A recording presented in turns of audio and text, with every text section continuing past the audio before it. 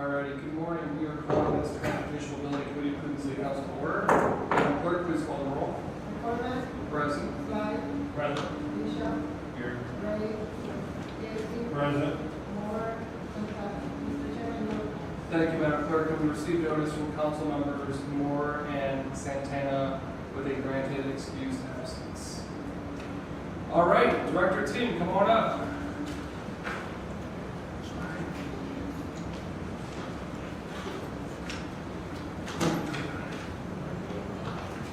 Wonderful. All right. All right, well, good morning, everybody. Thanks for being here today. We've got a few pieces of legislation on the agenda with a new member of the team to introduce. But before we jump into that, I just wanted to let everybody know this is my last committee meeting as a person. So thank you, Councilman Slife. Councilman Slife did not give me cake and balloons, and I noted on the record. But I will just say that I've been at this committee now for I think like five plus years. And I want to thank this committee and everyone involved, as well as our team at the airports, for a great relationship over those 5 years. And I think we had a really good, productive committee that has, dove into the important issues, but also pertinent with the airport. It's really critical time where we're looking at massive investment in one of our key facilities, not only in Cleveland but Northeast Ohio, and making sure that we get that done right. And so again, just a point of personal privilege, I wanted to thank everybody before I move on to a different role. As I told everybody, I'm not leaving Cleveland physically. I'm excited to still be here. And in a new role, I will tell you, Director, I will be supporting your business, I believe. So, in that role, so I look forward to being a customer of the airport quite a bit more in the months and years to come. So thank you, Chairman, and if I might, just on behalf of myself and the members of the Department of Port Control, just want to say thank you for all of your support and your guidance at the time that I've been here. And previously, of course, as you mentioned, we have a number of critical initiatives that are underway, and we're making great progress in the years to come, and just the everyday business as well. So, in all of your representation on this body, and now the council person, we just want to say greatly appreciate all that you've done for the city and certainly for this asset that is the Department of Port Control. Thank you very much. Thank you, Director, and I feel very confident that I'm leaving at a time when the airport is the best days are yet to come, truly, which is really exciting for the whole team and for the city. So thank you, Director. Thank you. All right, with that said, let's jump in. Actually, Director, would you introduce your new team member, who I don't think any of us need an intro to, but in his new capacity, please. Yes, Mr. Chair. So today I have two members of my senior leadership team. The first being Scott Carr, who I believe has been at the table once before. He's the Assistant Director of Commercial Business and Revenue, and a very important role. He has been incredibly busy since joining the city and the department in February of this year, and very excited to have him on board and presenting one of the items today. And to his right, gentleman that you all know incredibly well, Frank Williams. He is the Assistant Director of Operations and Public Safety. So he has been on board since June.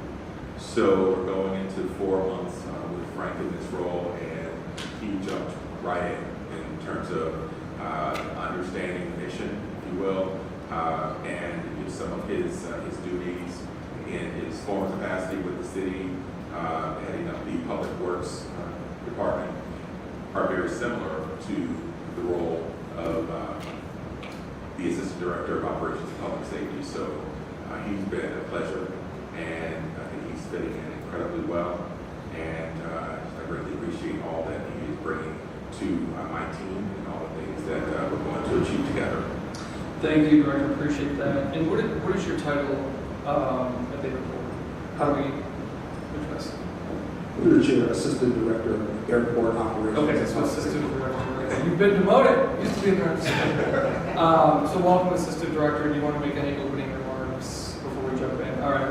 Well, Director, I'm sure most folks at this table will tell you not all our loss was your gain. Frank is an incredible leader and service, but I'm glad that he stayed within the global system. Yes, sir. Alrighty, with that, let's kick off with ordinance 951-2025 by council members McCormick and Griffin.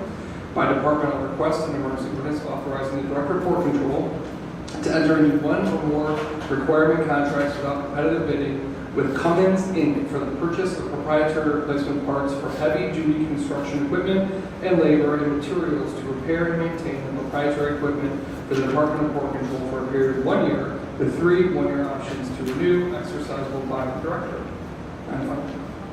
Yes, Mr. Chair. Today, this item is going to be presented by Mr. Williams. All right, Assistant Director.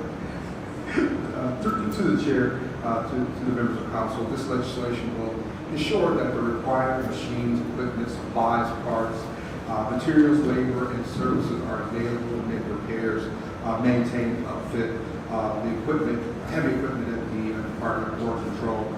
Cummins is a proprietary vendor that we have quite a few pieces of equipment that are dependent on those parts. Typically, the engine repair and heavy equipment are what we look for this group. The anticipated costs are approximately $60,000 annually. And again, with 1 year with 3 one-year options to renew is the normal that we do here at Port Control. And I find that it is a sustainable practice, especially to maintain equipment at the FAA standards. Any questions? Thank you, Director. So the cost here is $60,000. That seems a little low. You feel that that's sufficient? I mean, just think about the airport system, all the moving parts, all the vehicles. Can you speak to that, how you got to that $60,000? Yes, to the chair. One of the things that we do have is this won't be the only one you'll be hearing after this one, 952, and I believe 953, they all span heavy equipment, but for different types of equipment. Some of those pieces are, most of these pieces that you hear today have to do with snow and ice control, and one is specifically to equipment that services the ramps, and the other 2 are for equipment that services the actual airfield. Okay. What questions do I have on 951, Councilman Select? Thank you. 2 questions that I think are broadly applicable to the next couple pieces. I appreciate that there's proprietary equipment and it's not prudent to seek a third party to fix someone else's proprietary design. Could you comment on, I guess the question is more about the lifespan, at what point so we're getting arguably locked into a relationship with a vendor for the duration of the life of the equipment. What's this lifespan of the equipment, and when do there become opportunities to pursue equipment through other vendors, essentially? Thank you. Through the chair to the council member, that is a great question. What we try to do is watch things throughout their life cycles, depending on the pieces of equipment and the number of hours that are used.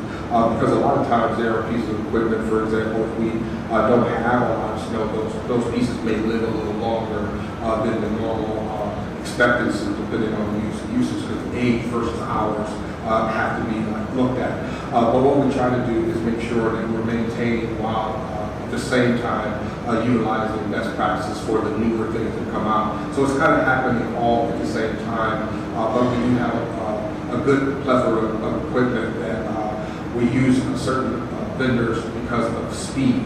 A lot of times introducing a third party in those areas actually creates more of a time gap. And, so since we don't have a surplus of equipment, we want to make sure that we can get things as quickly as possible. And this route seems to be the best way so far. As I continue more in my role, I'll be developing more of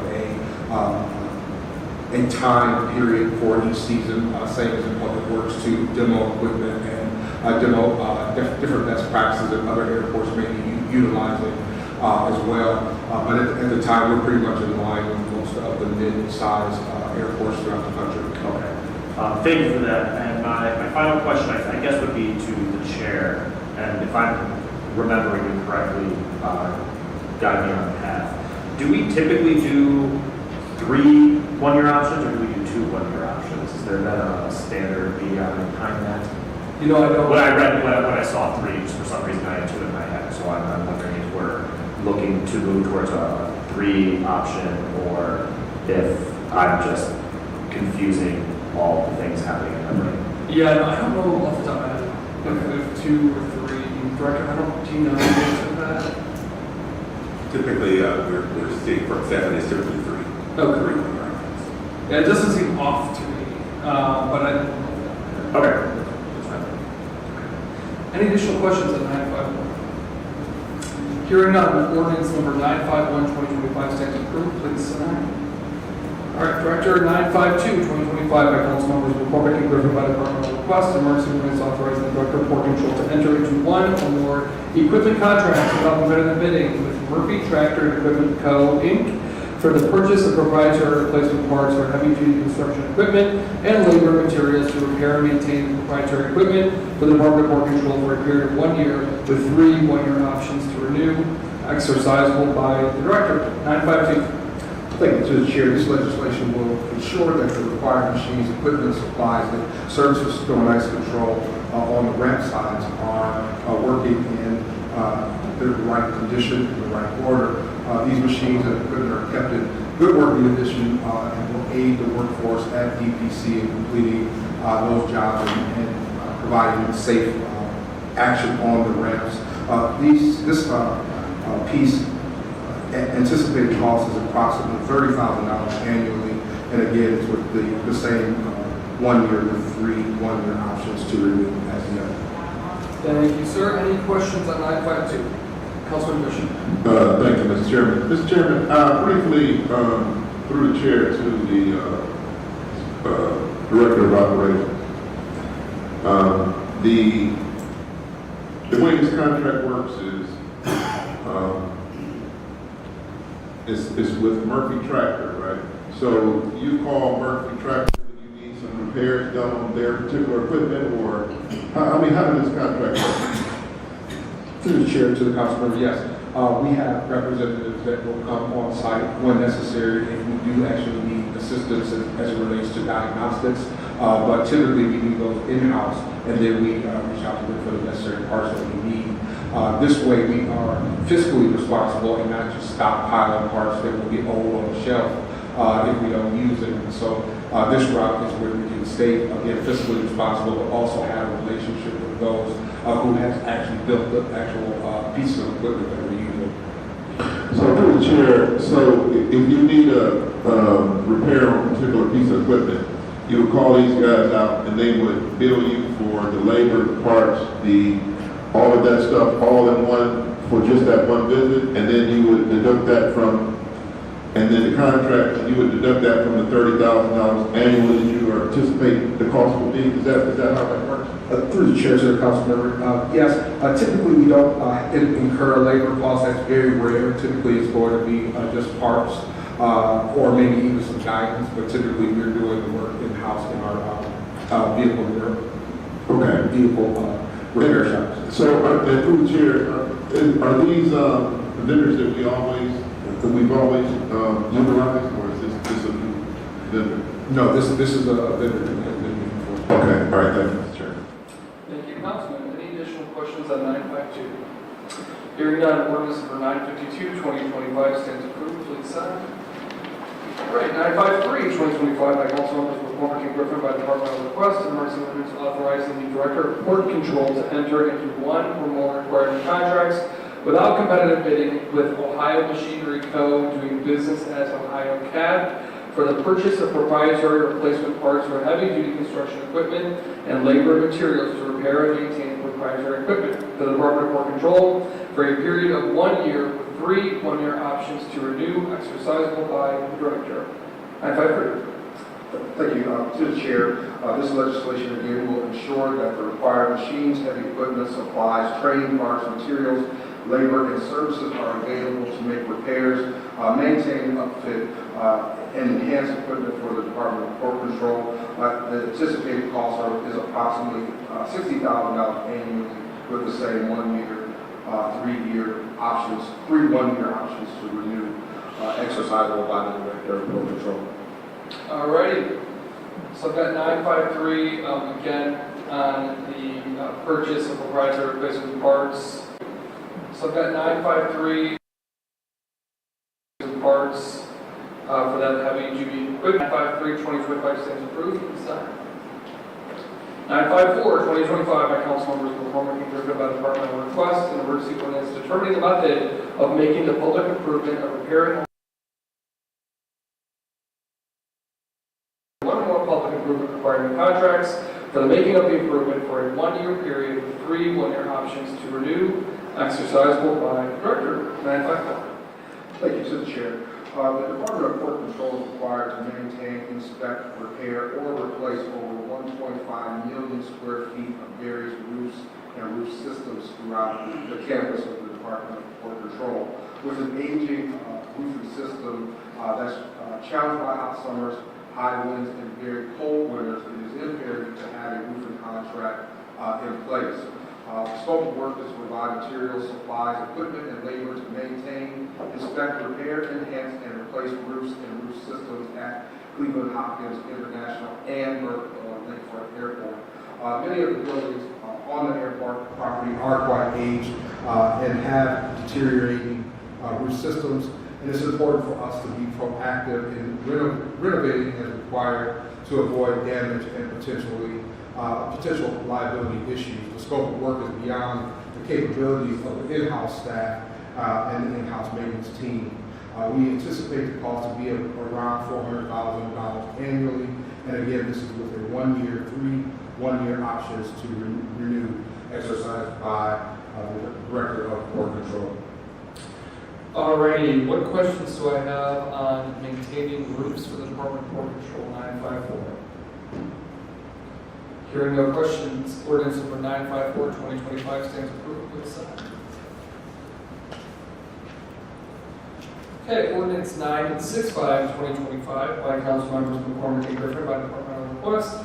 An emergency ordinance authorizing the Director of Port Control to enter a new lease agreement with Big Play LLC for the lease of space located at 1501 North Marshall Road for the use and occupancy of space located in the terminal building of Burke Lakefront Airport for the operations of its podcast studio for a period of 1 year with 4 one-year options to renew, exercisable by the Director. Nancy Stein. Director of Commercial Business and Revenue. All right, Assistant Director. Thank you. Through the chair, this is a lease agreement with Big Play LLC. Big Play is currently a tenant at Burke Lakefront Airport. This will expand their podcast studio business at the airport by adding an additional 266 square feet of office space. They currently have 2,382 square feet, so this will bring it to 2,658 square feet. The initial term is 1 year, 4 one-year options. The initial lease amount is $12 per square foot. This will generate $3,192 annually. And during the option periods, the lease amount will be adjusted by CNIC. Thank you. And this has been an existing tenant, is that correct? How long have they been there roughly? To the chair, I believe they've been there several years. I don't know the exact length. Okay. We can check on that for you. Thank you. And Director, Assistant Director, they're a tenant in standing, That is correct. all that good news, okay. What questions do I have on the renewal of the lease for Big Play at Burke Lakefront Airport? Councilman Casey. Thank you, Mr. Chairman. Mr. Chairman, to the State Assistant Director. Who came up with $12 a square foot? That seems low. Sure. Through the chair to the council member, all of our rates are set by fair market value for the appraisal process. And so we have a tiered approach at Burke Lakefront Airport for those appraisals. And so let me find it here. So the $12 amount is for interior office space, and then we have other amounts for space that face the lake versus facing the parking lot. So there are 3 rate setting methodologies that we have today for the space. This space is in the interior office, and therefore that's why it has the $12 valuation, but it was set by appraisal through that fair market value process. And Mr. Chairman, the Assistant Director, was this appraisal done by a third party or was it done by the city? It was done by a third party through our chair. Thank you, Mr. Chairman. Thank you. So this does not have a lake view, this office. Unfortunately not. They do have other space that does that. All right. Any additional questions on 965 2025? Yes, Councilman. Yes, thank you, Chair. I just want to know what is being discussed on the podcast, or is this a podcast studio for anyone and, you know, what we say for the airport information chair to the communication director. Sure, through the chair to the councilwoman, this is a sports podcast, so it isn't something that's aviation-centric per se, but it's based on Cleveland sports related items. Thank you, Councilman Slick said sounds depressing. All right. Except what's not depressing is the launch of the WNBA, and that is very not depressing. Okay, any additional questions on 965? Hearing none, 965-2025 says approved, please sign. Finally, 966-2025 by council members of the Corwin and Griffin by departmental request, an emergency ordinance authorizing the purchase and/or rental by one or more requirement contracts for heavy-duty equipment, snow removal equipment, large capacity trucks, other equipment with operators, and any necessary labor, materials, or equipment needed for snow and ice removal and/or maintenance for the various divisions of the Department of Work Control for a period of 1 year, with 3 one-year options to renew and exercisable by the director. 966. Yes, Mr. Chair, this item will also be presented by Assistant Director Williams. Thank you. Assistant Director. Thank you, Chair. The department, in accordance with the FAA requirements and the approved snow and ice control plan, is required to staff during the snow season our snow removal vehicle operations with a minimal number of staff based on snow codes and forecasts. The department has utilized a supplemental services contract to support the DPC workforce and equipment to employ temporary and seasonal drivers to backfill staff vacancies and absenteeism.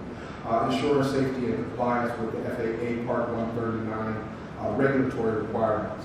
The scope of work includes the contract provides for staff augmentation, equipment, and materials for snow and ice removal services. And these services will include, but not be limited to, snow and ice removal for landside, airside, and other various locations for the Department of Port Control. This contract will maintain city compliance with FAA Part 139 regulatory requirements to ensure that we are staffed properly for the winter operations, snow codes, and forecast projections. Since the implementation of this contractual service, the Department of Port Control has always met or exceeded the staffing requirements for every snow event reported, and we want to continue that same methodology. Thank you. So, Assistant Director, we got a $2.5 million anticipated cost. That is, so if we have a California winter, we're not required to spend, correct? That's just the anticipated cost coming in. Is that accurate? To the chair, that is correct. Okay. All right, we've got a spent up to date $4.4 million on the current contract, which was 2022 to 2026.